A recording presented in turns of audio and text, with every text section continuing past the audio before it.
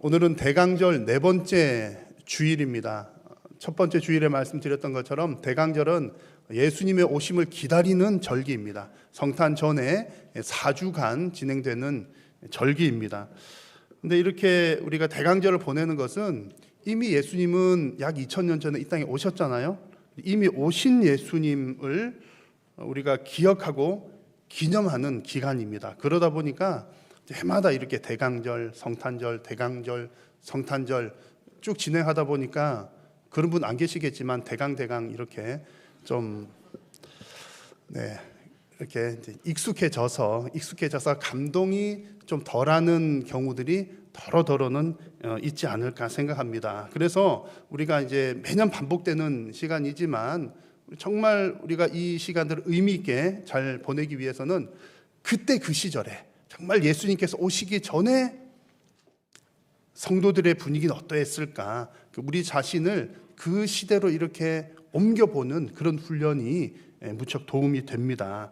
자, 여러분, 예수님이 실제로 이 땅에 오시기 전 2000년 그 이전에 경건한 하나님의 백성들은 어느 정도의 마음을 가지고 예수님을 기다렸을까요? 정말 간절한 마음으로 기다렸을 겁니다. 자, 그런데 무엇을 알고 무엇을 근거로 예수님을 기다렸죠? 하나님께서 말씀해 주셨으니까 메시아가 올 것이다 말씀을 해 주셨기 때문에 그것을 근거로 예수님을 기다린 겁니다. 그러면 하나님께서는 어떤 방법으로 하나님의 백성들에게 말씀을 해 주셨습니까? 선지자들을 통해서 말씀을 해 주셨습니다. 그래서 우리 여러분 잘 아시는 것처럼 성경, 하나님의 말씀인 성경이 있는데 성경 가운데서도 구약 성경은 오실 메시아 예수님에 대한 이야기이고 신약 성경은 오신 예수님, 오신 메시아에 대한 이야기이다. 이 정도 여러분 잘 알고 계실 겁니다. 그래서 모든 성경이 예수님 중심적으로 기록이 되어 있는 것이고 구약의 백성들은 선지자를 통해서 주신 그 메시지들을 듣고서 하나님께서 메시아를 보내주시는구나, 우리를 구원하실 자를 보내주실 거구나, 그것을 기억하면서 간절히 기다렸던 겁니다. 자, 오늘 우리가 읽은 말씀, 모든 성경이 다 예수님 중심적으로 되어 있지만 특별히 또 오실 예수님을 잘 드러내는 중요한 본문들이 더러 있습니다. 조금 어렵기는 하지만 오늘 읽은 예레미야 말씀도 오실 예수님에 대한 기대감을 가지게 하는 아주 중요한 내용이었습니다. 예수님은 오늘 예레미야 말씀에 의하면 한 의로운 가지로 이 땅에 오셨습니다. 그래서 이 시간에는 한 의로운 가지라고 하는 것이 어떤 의미인지를 함께 나누면서 예수님을 더 깊이 알아가는 복된 시간 되시기를 바랍니다. 자, 오늘 읽은 예레미야서의 말씀은요, 그 배경을 먼저 조금 아시는 게 좋겠습니다. 지금 예레미야서의 배경은요, 남유다가 망하는 시점입니다. 나라가 망하는 시점. 우리가 그냥 흔히 이스라엘 그러면 하나님의 나라, 하나님의 백성 이스라엘 이렇게 잘 알고 있는데 솔로몬 왕 이후에는 나라가 남북으로 분열이 되었습니다. 우리나라 분열된 것처럼. 그렇게 분열되어서 쭉 지내오다가 주전 약 722년경에 북쪽 이스라엘이 아수르에 의해서 망했습니다. 무너졌습니다. 남유다는 좀 더 견뎠지만 주전 586년경에 그때 아수르가 한참 이렇게 떠오르다가 또 아수르를 이기고 바벨론이 신흥 강국으로 떠오르면서 바벨론에 의해서 남유다도 주전 586년경에 종지부를 찍게 됩니다. 자, 그런데 이런 상황 가운데 남유다가 망하는 시점에서 예레미야 선지자가 하나님의 그 말씀 받아서 예언 활동을 하는 거죠. 지금이 그 타이밍인데 이런 내용을 가만히 보시면 한편으로는 조금 이해가 안 되는 부분이 있습니다. 어떤 부분이냐면 여러분 이스라엘이 어떤 나라죠? 하나님께서 세우신 나라잖아요. 하나님께서 세우신 나라여가지고 좀 무시무시한 나라입니다. 왜 무시무시하냐면 이스라엘이 큰 능력이 있어서 그런 게 아니라 하나님께서 함께 하시니까. 그러니까 이스라엘은 작은 민족, 작은 나라이지만 그 어마어마한 애굽, 이집트로부터도 탈출해서 나올 수 있었고 10가지 재앙 쫙, 홍해 쫙 그러면서 나왔잖아요. 하나님 함께 하시니까. 그리고 그 험한 광야 생활 40년 동안 광야 돌면서도 하나님께서 지켜주셔가지고 어쨌든 잘 통과를 했습니다. 가나안 땅 정착할 때도 이미 가나안 땅에 쫙 자리 잡고 있는 백성들이 있었는데 하나님께서 함께 하시니까 그 뭐 어마어마한 무기를 가진 그런 나라들도 착착착 이겨내고 승리를 했습니다. 마치 그래서 이런 부분들 역사를 보면 이스라엘은 마치 천하무적처럼 보이기도 합니다. 하나님이 함께 하시니까요. 그런데 오늘 배경은 그 천하무적 같기만 했던 이스라엘이 이제 구체적으로 말하면 남유다가 결국은 망하게 되는 시점에 왔다는 겁니다. 그래서 여기까지만 보면 아니 하나님의 나라가 망한 걸 보니까 하나님이 망한 건가? 하나님이 안 계신 건가? 혹은 하나님께서 실패하신 건가? 이런 생각이 들지도 모릅니다. 그러나 여러분 결론을 먼저 말씀드리면 오늘 이 본문에서 지금 기록하고 있는 이 배경이 되는 내용에서 이스라엘의 패망은 하나님의 실패가 아니라 오히려 하나님께서 주도하신 일이었습니다. 왜 하나님께서 이런 일을 주도하셨냐면 이 땅의 왕들에게는 더 이상 희망이 없다. 새로운 희망을 안겨주는 왕이 필요하다. 이 사실을 보여주기 위함이었습니다. 그래서 중요한 것은 하나님이 망한 사건이 아니라 하나님께서 이스라엘, 유다를 망하게 하셨다는 게 중요합니다. 그러면 여러분 왜 하나님께서 이스라엘을 망하도록 하셨습니까? 오늘 말씀의 1절을 보십시오. 여호와의 말씀이니라 내 목장의 양떼를 멸하며 흩어지게 하는 목자에게 화 있으리라 이렇게 말씀을 합니다. 자, 하나님께서 말씀하시기를 하나님의 양떼를 멸하고 흩어지게 하는 목자에게 화가 있다고 그럽니다. 하나님의 양떼가 누구입니까? 이스라엘 백성들입니다. 그럼 목자는 누구죠? 이스라엘의 왕들을 얘기를 하는 거죠. 그래서 오늘 본문의 앞부분에 보시면 남유다의 마지막 왕들에 관한 예언들이 쭉 이렇게 나옵니다. 그러니까 하나님의 나라에 있어서 왕의 역할은 이스라엘은 하나님의 나라이니까요. 이스라엘에 있어서 왕의 역할은 하나님을 대리해서 통치하는 역할이었습니다. 이스라엘 백성들은 왕의 백성이 아니라 하나님의 백성, 하나님의 양떼였기 때문이죠. 그래서 1절에 나오는 표현처럼 목자라고 하는 표현은 하나님의 양들을 대신해서 돌보는 왕들을 일컫는 그런 표현인 겁니다. 자, 그런데 안타깝게도 남유다의 마지막 왕들은 하나님께서 맡겨주신 소임을 제대로 수행하지를 못했습니다. 2절 말씀을 보니까 너희가 내 양떼를 흩으며 그것을 몰아내고 돌보지 아니하였도다 이렇게 말씀하는 거예요. 여기 너희는 누구죠? 유다의 왕들을 얘기를 하는 겁니다. 그래서 하나님은 왕들이 제 역할을 못했다, 내 양들을 제대로 못 돌봤다, 그래서 이것을 악행으로 보시고 유다를 바벨론 손에 넘기신 겁니다. 그래서 이런 과정들을 가만히 보시면 남유다가 망한 것은 하나님이 망한 게 아니라 하나님께서 그 왕들을 심판하신 사건이로구나 그렇게 알 수가 있는 겁니다. 이 말씀은 곧 이 땅에 세워진 왕들에게는 더 이상 희망이 없다라는 메시지이기도 합니다. 자, 여러분 남유다에 있어서 이런 일이 있었는데 어느 시대나 이 맥락은 다 똑같습니다. 여러분 어느 시대, 어느 나라, 어느 곳에서도 이 땅의 왕은 완벽한 왕이 있을 수가 없습니다. 여러분 정치적으로 어떤 우리 임금이 없으니까요. 어떤 대통령을 좋아하고 또 어떤 지도자를 좋아하는지 다 다를 수 있습니다만 여러분 궁극적인 왕은 우리 여호와 하나님 한 분이신 줄로 믿습니다.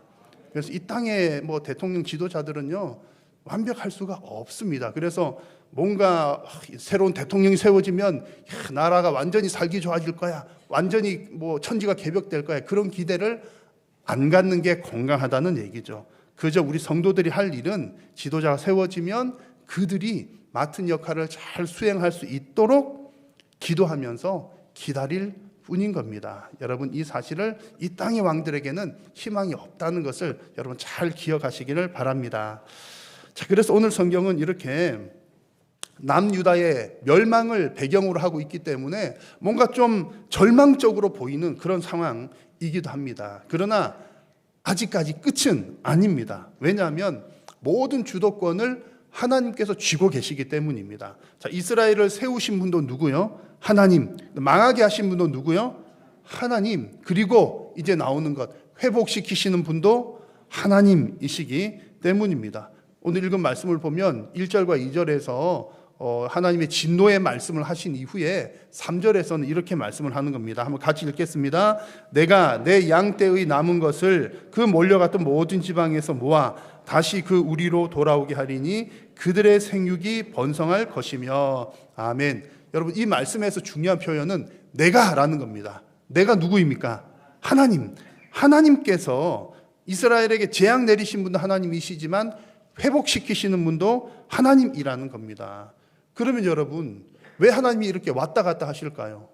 이렇게 세우셨다가 벌 주셨다가 다시 또 회복시키셨다가, 아니 그냥 한번 그냥 벌 주셨으면 그냥 쭉 그냥 가시면 더 좋을 것 같은데 왜 하나님이 또 회복시켜 주실까요?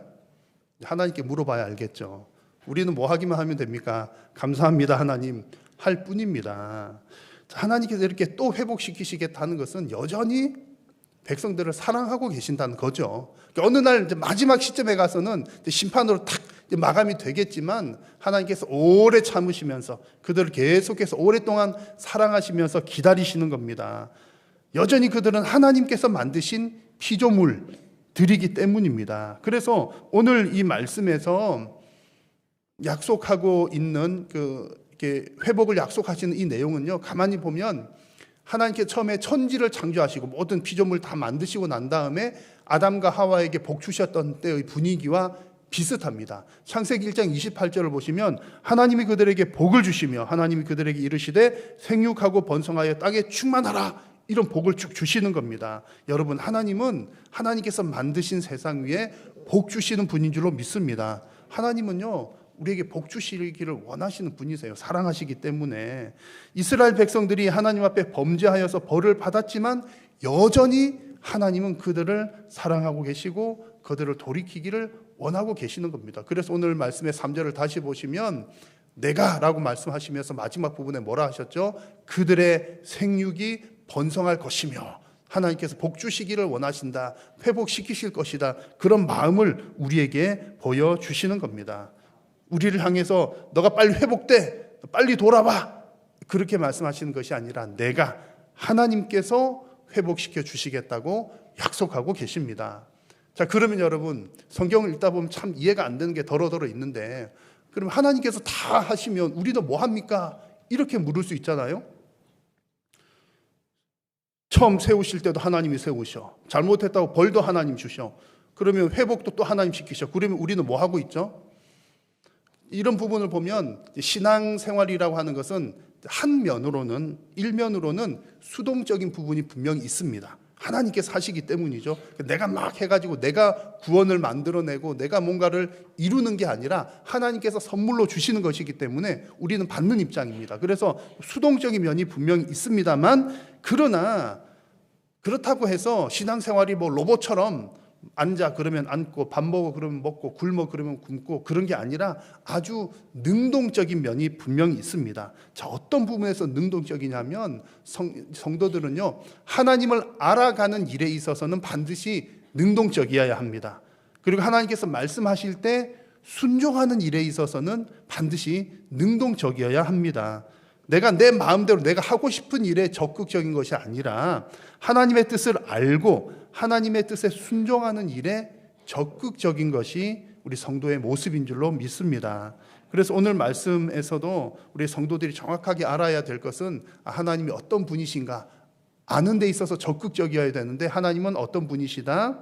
회복시키시는 분이시다. 하나님은 죄에 대해서는 반드시 심판하시는 분이시지만 하나님의 목적은 심판, 그게 끝이 아니라 회복시키시는데 하나님의 목적이 있습니다. 우리 성도들이 할 일은요, 이런 하나님을 적극적으로 신뢰하면서 하나님께서 회복을 위해서 일을 하실 때 하나님의 뜻에 순종하는 것이 우리 성도들의 일인 줄로 믿습니다. 자, 그러면 하나님께서는 어쨌든 회복시키시려고 막 그러시는데 어떻게 회복을 시키십니까? 이스라엘의 희망은 어디에 있을까요? 이것이 오늘 말씀의 핵심적인 부분입니다. 자, 하나님의 회복의 방법은 완전히 새로운 왕을 보내시는 데 있습니다. 누구를 보내신다고요? 완전히 새로운 왕. 예수님 그러면 교회에서는 99% 다 정답이지만 좀 오늘 여러분 이 표현을 기억해 주십시오. 완전히 새로운 왕을 보내시는 게 하나님의 방법이었습니다. 오늘 말씀의 4절을 보시면 3절에서 회복시키시겠다 말씀하신 이후에 4절에 내가 그들을 기르는 목자들을 그들 위에 세우리니, 목자들을 보내겠다는 말씀을 하시거든요. 근데 여기서 말하는 목자들은 1차적으로는 바벨론 포로에서 돌아올 때 그들을 인도할 목자들을 말합니다. 스룹바벨이라든지 에스라, 느헤미야 등의 지도자들을 일컫는 거죠. 가까운 미래에서는 이런 자들을 하나님께 세워서 일하시겠다 그런 뜻이지만 궁극적으로는 이 땅에 예수 그리스도를 보내셔서 하나님의 회복을 온전케 하시겠다 그런 뜻입니다. 그 의미가 담긴 표현이 바로 한 의로운 가지, 그 표현이 담긴 5절의 말씀입니다. 5절을 여러분 큰 목소리로 한번 같이 읽어보겠습니다. 시작. 여호와의 말씀이니라. 보라, 때가 이르리니 내가 다윗에게 한 의로운 가지를 일으킬 것이라. 그가 왕이 되어 지혜롭게 다스리며 세상에서 정의와 공의를 행할 것이며. 아멘. 이 말씀을 여러분 잘 기억하십시오. 오늘 본문의 앞장의 내용을 보면 하나님은 악행하는 유다의 왕들을 향해서 너희들의 왕권이 끊어질 거다 그 얘기를 하셨습니다. 그리고 실제로 이제 유다가 바벨론에게 망했으니까 더 이상 왕이 없어요. 왕권은 끊어졌습니다. 그러나 하나님의 약속은 아직까지 끊어진 게 아니었습니다. 왜냐하면 하나님은 다윗의 혈통을 통해서 한 의로운 가지를 일으키실 것이고, 그리고 그가 왕이 되어서 하나님의 백성들을 다스리게 될 것이기 때문입니다. 자, 여기서 여러분 중요한 표현은 몇 가지들이 있는데요. 다윗에게서 나온다 이 표현은 하나님께서 다윗에게 하신 약속을 이루시겠다 그런 뜻입니다. 사무엘하 7장 말씀을 보시면 하나님께서 다윗에게 이런 약속을 하셨습니다. 내 나라, 너의 나라가 내 앞에서 영원히 보존되고 너의 왕위가 영원히 견고하리라. 하나님께서 다윗에게 너의 왕권이 영원히 견고할 거다 약속하셨어요. 그런데 왕권이 끊어졌습니까? 안 끊어졌습니까? 끊어졌잖아요. 근데 어떻게 하나님께서 이 약속을 이루시죠? 영원한 왕이신 예수님을 통해서. 그래서 다윗에게서라고 하는 말은 다윗의 혈통에서 정말 영원한 우리의 완전한 왕이 되시는 예수님이 오시어서, 그 예수님은 과거에도 왕이시고 현재도 왕이시고 영원토록 우리의 왕이 되시는 분이십니다. 그래서 다윗에게서라고 하는 말이 이런 의미가 있는 거죠. 그리고 오늘 이 예언의 말씀에서 예수님을 두고서 한 의로운 가지라는 표현을 사용했습니다. 가지라고 하는 것은요, 이제 새롭게 돋아난다는 그런 의미를 가지고 있습니다. 새롭게 돋아나는 싹을 말하는 거죠. 이 땅의 왕들에게서는 모조리 다 실패했지만 하나님께서 새로운 왕을 일으키실 거다. 전혀 새로운 왕을 세우시겠다라고 하는 표현이 가지라고 하는 표현입니다. 그래서 그 왕이 어떻게 하신다고요? 지혜롭게 다스립니다. 지금까지의 왕들은 미련하고 어리석어서 하나님의 백성들을 멸망과 파멸로 이끌었습니다. 그래서 나라가 다 없어졌잖아요. 오늘 본문의 배경이 되는 북이스라엘도 없어지고 남유다도 없어졌습니다만, 새로운 왕 예수 그리스도는 지혜롭게 다스리셔서 생명의 길로 인도하실 것이다, 이런 뜻입니다.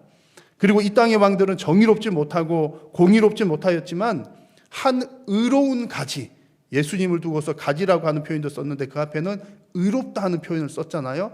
의로운 분은 오직 하나님 한 분밖에 없습니다. 지금까지 왕들은 의롭지도 못하고 또 공의도 없었지만 다윗을 통해서 오시는 그 가지, 그분은 의로운 가지여서 하나님의 온전한 의를 이루시는 분이라는 그런 이야기입니다. 이것이 여러분 5절 말씀의 뜻입니다. 여러분 이 말씀에서 중요한 부분은요, 조금 여러분 구약의 선지서의 내용은 조금 어렵긴 합니다만 중요한 내용은 이것입니다. 여러분 꼭 기억하실 것은 우리가 믿는 예수 그리스도는 어느 날 갑자기 맥락 없이 짠 나타나신 분이 아니라 이미 오래 전부터 하나님의 계획과 또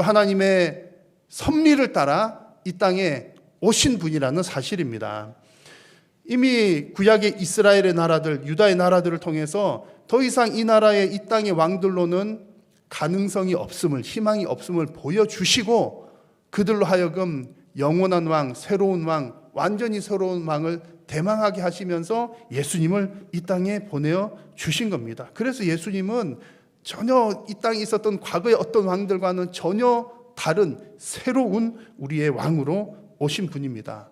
여러분, 예수님은 우리의 왕이신 줄로 믿습니다. 그래서 예수님을 여러분 고백하실 때에 우리의 왕으로 고백하는 것이 너무나 중요합니다. 여러분, 예수님이 우리의 왕이신 줄로 믿으십니까? 여러분 다 아멘하고 계신데 이게 다 아는 사실을 왜 질문을 드렸냐면 간혹 보면 이 사실을 잘 모르는 분들이 있어요. 예수님을 믿기는 믿는데 예수님이 우리의 왕이다 이 사실을 잘 이해를 하지 못하는 그런 분들이 있습니다. 예수님을 믿기는 믿는데 어느 정도로 믿느냐면 내가 이제 여러분 지옥은 무섭잖아요. 지옥 가기 싫으니까 천국까지 나를 안내를 해줄 이제 천국까지 안내할 안내자가 필요한 거죠. 그래서 예수님 믿으면 천국 간다니까 잘 됐구나 꼭 믿어야지. 여러분 예수님 믿으면 천국 가는 거 맞습니까? 틀립니까? 맞습니까?